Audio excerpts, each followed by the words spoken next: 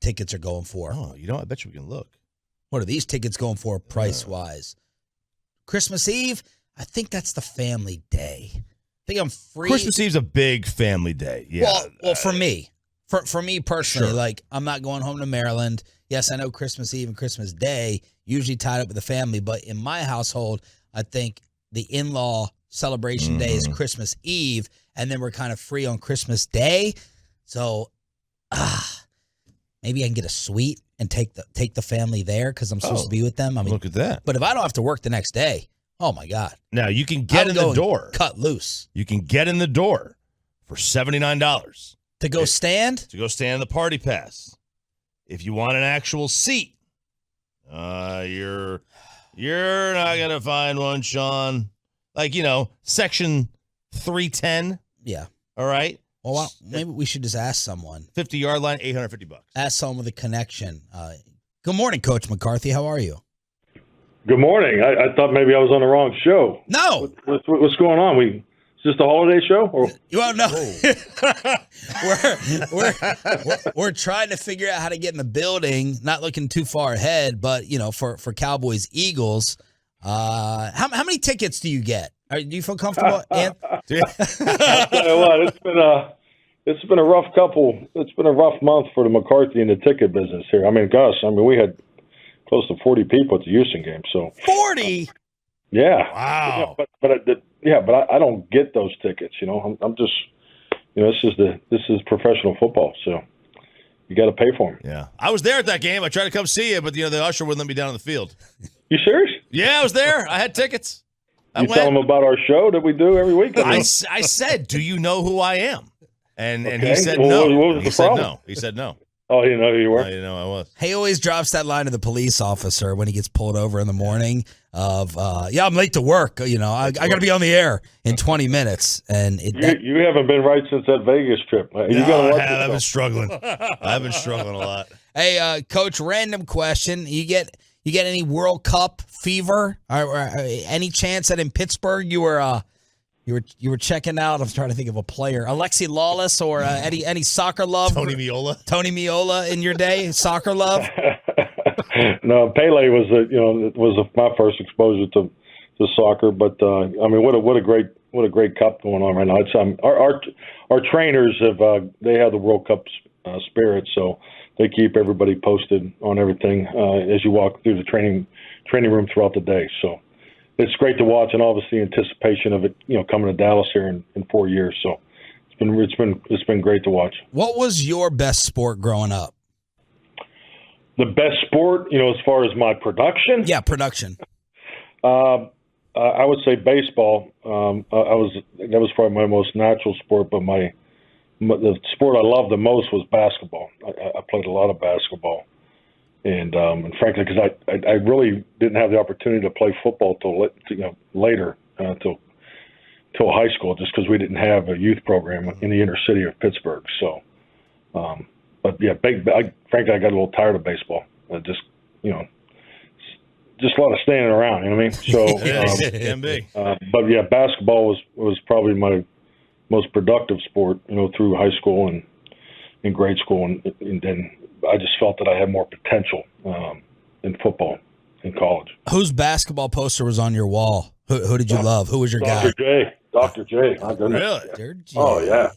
Okay. Absolutely. Well, we didn't have a professional. We didn't have a professional team. Yeah. In Pittsburgh, and we were. When you grew up in Pittsburgh, you were anti-Philadelphia, which serves me well in my current job. So. Yeah, who was your team if you're in Pittsburgh? Well, 76ers. When I was a young kid, we had a ABA team called the Commodores. So, it's not the Commodores, Condors. But, obviously, I used to listen to the Commodores. What a huge fan you were! What a huge fan! Yeah, unbelievable. Yeah. Season ticket holder, Mike. Yeah, Connie Hawkins. So that's who I remember from the Condors days. But the 76ers. Just with Dr. J and Chocolate Thunder and Maurice Cheeks and. Was it Bobby Jones? So that was a great team. Doug Collins. Oh, yeah. Exactly. Excellent basketball team. Mike McCarthy on the Diamond Factory hotline here on Shan RJ 105.3 The Fan. Coach, how are you looking at Jacksonville? How have they played so much better. What are you seeing from them on tape as of late, making this a pretty highly anticipated game? I mean, it's a talented roster, and we knew that going in. And I just think if you just watch them play the last 4 or 5 weeks, I think it's clearly come together for them, and I think it speaks volumes of Doug Peterson and his staff. I think you always look for that in the coach's first year. There's always a moment where you feel like you have to turn the corner and get it the way you want it, and I think they're definitely in that mode right now. So just really good tape. Excellent perimeter group on offense. Trevor Lawrence is playing his best football of the year, and they're playing with a lot of confidence. Defense, it's a challenging defense, and you'll see some carryover to what we've been seeing as far as with the quarters coverage and vision defense, and frankly, it'll be that like at the next couple of weeks. So, really good football team. So, that definitely, I think a much better than their record. What have you noticed from Trevor Lawrence in the last couple of weeks that he maybe wasn't doing in his first year and in the first part of this year? Well, I think the biggest thing with Trevor, he's a dual threat, and and that's always a challenge for defensively when you first get into game plan. And so you look at him, and I just go back to his college days. I was just so impressed with you got a quarterback at 6'6", and still his ability to run all the read option and things like that. So that still carries over, and you can see that especially in situational offense. That's the challenge we need to defeat on Sunday. But just throwing the ball with a lot of confidence, and and just the way their perimeter players are lined up, you can when you go from Jones and Kirk to the other Jones, I mean it's you got the vertical, you got the option runner, and so they do a nice job of conceptually getting the ball to their perimeter guys. I mean, I want to say, this past week on Ingram, I think had 15 targets. So you see that production from the tight end position also. I mean, because when you look at the stats, I think 2 receivers are in the 60s, Ingram's in the 50s, so they're spreading the ball around a lot. So I mean, as an offense, we all want to play that way, and that's a huge credit goes to Trevor and his ability to spread the ball around. Coach, how different is it preparing for like an uncommon opponent, like a team that you don't play, very often? Is there a lot of difference in terms of like the week of preparation? Oh, definitely. I mean, personally, I think it's a pain in the ass in December. We got through the last 4. Sorry about that, but I mean, it's not. You're usually playing division games and conference games this time of year. Since the new format, the last 6-8 years ago, they put this in. So to have the 2 uncommon opponents, and and then the 3 games on the road on grass, all those things. So that's part of the challenge, and I think anytime you can increase the challenges for your football team, especially in December, I think it makes for a better, well-oiled team going into the playoffs. Mike McCarthy here on 105.3 The Fan. How confident are you in Tyron Smith wiping with his left?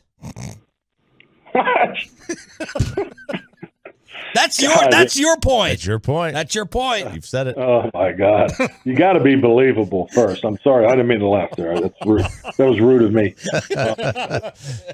Well, as far as the offensive line, I think the most important thing is, as I stated earlier in the week, we really got to play, especially this week to our practice reps and the rotation that we've been working. I mean, we've been preparing, for Tyron to come back, but obviously we didn't anticipate Terrence's his injury. So, I want to say yesterday, after going back through it, I think we had 5 different combinations with our offensive line. So, you like to line up with 5 and go, but that's just not where we are right now. So, you'll see different combinations throughout the game. What does it say about Tyron's willingness? We got a future Hall of Fame stud, a no doubt Hall of Fame specimen out there, that he's willing to even go play that side for the first time since his rookie year.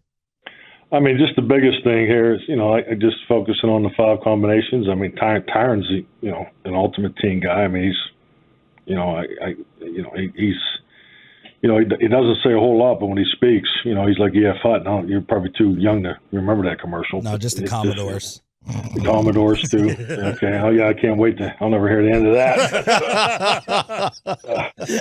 But no, I mean, Tyron just wants to win. I mean, he's at that point in his career, and he's all about winning. Coach, we've talked about this this week a little bit. You know, Micah had his comments about the Eagles and Jalen Hurts, and is it going to be bulletin board material? Do you think bulletin board material is a real thing, or is it kind of overrated? Like, teams are going to play hard anyway. Well, you know, both teams are going to play hard Sunday, and you know, not to jump ahead next week, but I'm sure, you know, we all know what's going into that game. So yeah, I don't. You know, I'm not a fan of it. You know, I'm into, you know, regulation of emotion and you know, and your resources. So if you know, this is such a difficult profession in just the competitiveness each and every week, and it's real. To waste any time on anything outside of winning is a waste of time. So yeah, I think we can all just, you know, focus as best we can and keep it about beating the Jaguars. So.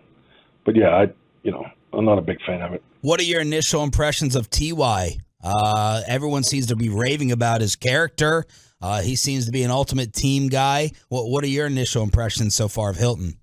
Oh, I mean, I don't know how you can't be impressed with him. I mean, just from his arrival, and you know, I love his personality and disposition as far as, you know, his approach, and has spent. You know, he's exactly what you'd want someone to do. He comes in, he's here around the clock, you know, learning the language, you know, just getting an understanding of the particulars of each route. You know, conceptually, he's obviously played so much football, so the conceptual part, you know, for him was probably the easiest, the recognition of it.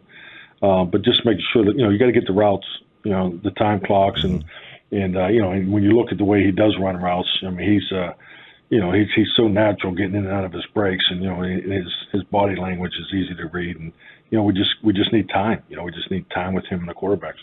Is his speed still there? Is he got a lot left? No, yeah, no, he can go. Yeah, he can, and boy, he just can really drop his weight and separate. So yeah, no, I've been impressed with him physically. Coach, last week you told us you weren't too concerned about the slower starts. Do you still feel that way after the way the Texans game went? Well, how did the start go last week? Well, it was a good first drive. Yeah. What's the definition of a start? Well, that's a very good question. I'm just trying. I want to give you a good answer. I'm trying to. We're on the same team here. So, Okay. Yeah. I guess my reply would be the fact that the game was so close. I know they're all NFL teams, but the fact that it was so close before you guys were able to finally pull away. I mean, not a lot of people would think the Texans would be up 3 at halftime. That's what I was thinking as a slower start.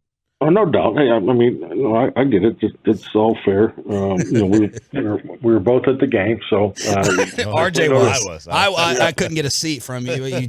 You hogged them all up with 50 people, so I wasn't there. Oh, it's 40. I mean, let's get the facts right, especially the start of the game. Who's counting?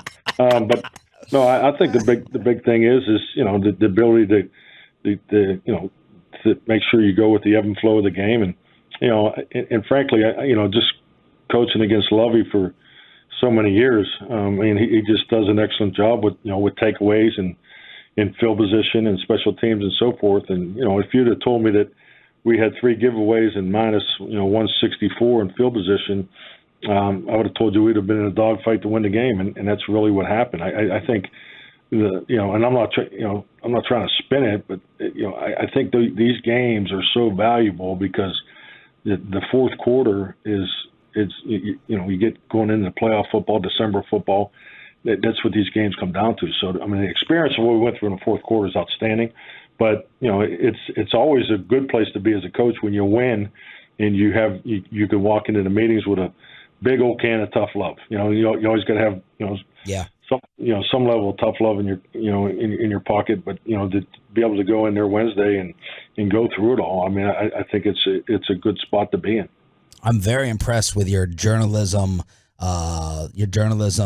ethics here that you are. I know you got a major in business administration. Did you have a minor in communications, or you just learned this dealing with the media, checking the facts and questions and breaking them down? Because this is impressive.